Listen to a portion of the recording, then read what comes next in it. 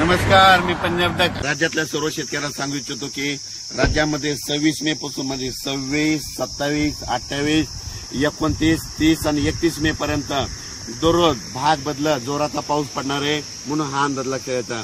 काही ठिकाणी मुसळधार पडणार आहे, काही ठिकाणी अति मुसळधार पडणार आहे, कुठं रिमझिम पडणार आहे।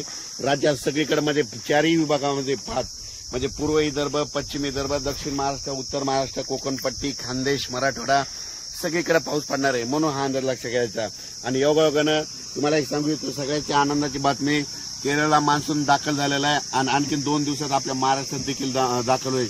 शेतकऱ्यांसाठी ज्यांचं शेत दुरुस्त करायचं त्यांच्यासाठी परत एक आनंदाची बातमी, 1 जून नंतर 1 जून ते 7 जून पर्यंत असं चांगलं कडक सूर्यदर्शन होणार आहे। 1 जून ते 7 दरम्यान पाऊस काय येणार नाही, मोठा काही चिंता करायची गरज नाही। त्या 1 जून पासून काय करा, तुम्ही संपूर्ण शेताची कामे आटपून घ्या आणि ज्यांचं रान तयार आहे तर तुम्ही पेरू शकता। म्हणजे जमिनीमध्ये ओल खूप आहे, जवळपास आम्ही हातभर ओल गेलेली आहे आणि पाहू शकता। पण राज्यातल्या ज्यांचं शेत तयार आहे तर तुम्ही कापसाची लागवड करू शकता। तुम्ही तुमचा निर्णय स्वतः घ्या, पेरायचं असेल तर पेरा, जमिनीतली ओल तपासा, तुम्ही तुमचं पेरू शकता।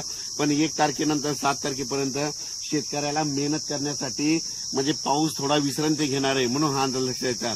मान्सूननं दणदणीत म्हणजे आगमन इतकं जोरात केलंय तर तुम्हाला सांगतो आज देखील म्हणजे आज 26 मेला देखील राज्यामध्ये आपल्या महाराष्ट्रामध्ये ठिकठिकाणी मुसळधार पाऊस पडणार आहे।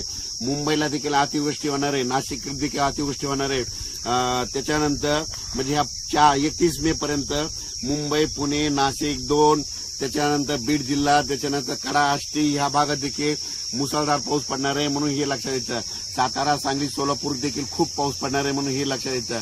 म्हणजे सांगायचं झालं तर जिल्ह्याच्या सगळ्याच भागामध्ये प्रत्येक नदीला, वड्याला पाणी येईल असा, गुडघ्या इतकं पाणी येईल असा राज्यात पाऊस पडणार आहे म्हणून हा अंदाज लक्षात यायचा। हा पाऊस पुन्हा रात्रभर आजूबाजूला पडतच राहणार आहे म्हणून हा अंदाज लक्षात यायचा। पेरणीचा निर्णय स्वतःच घ्यावा, म्हणजे आपल्या जमिनीची ओल तपासावी आणि निर्णय करून घ्या। पण राज्यात मात्र आज 26 मे पासून तर 30 मे पर्यंत दररोज भाग बदलत जोराचा पाऊस पडणार आहे। पूर्व विदर्भात जोराचा, पश्चिम विदर्भात जोराचा, मराठवाड्यात देखील जोराचा, पश्चिम महाराष्ट्रात देखील जोराचा, म्हणजे उत्तर महाराष्ट्रात देखील जोराचा। फक्त जास्त मात्र उत्तर आपलं पुणे, नाशिक, मुंबई इकडे मात्र अतिवृष्टी होणार आहे म्हणून हे अंदाज लक्षात यायचा। काही नद्याला पूर देखील येणार आहे म्हणून हे देखील ह्या 4 दिवसाचा सगळ्यांना अंदाज यायचा।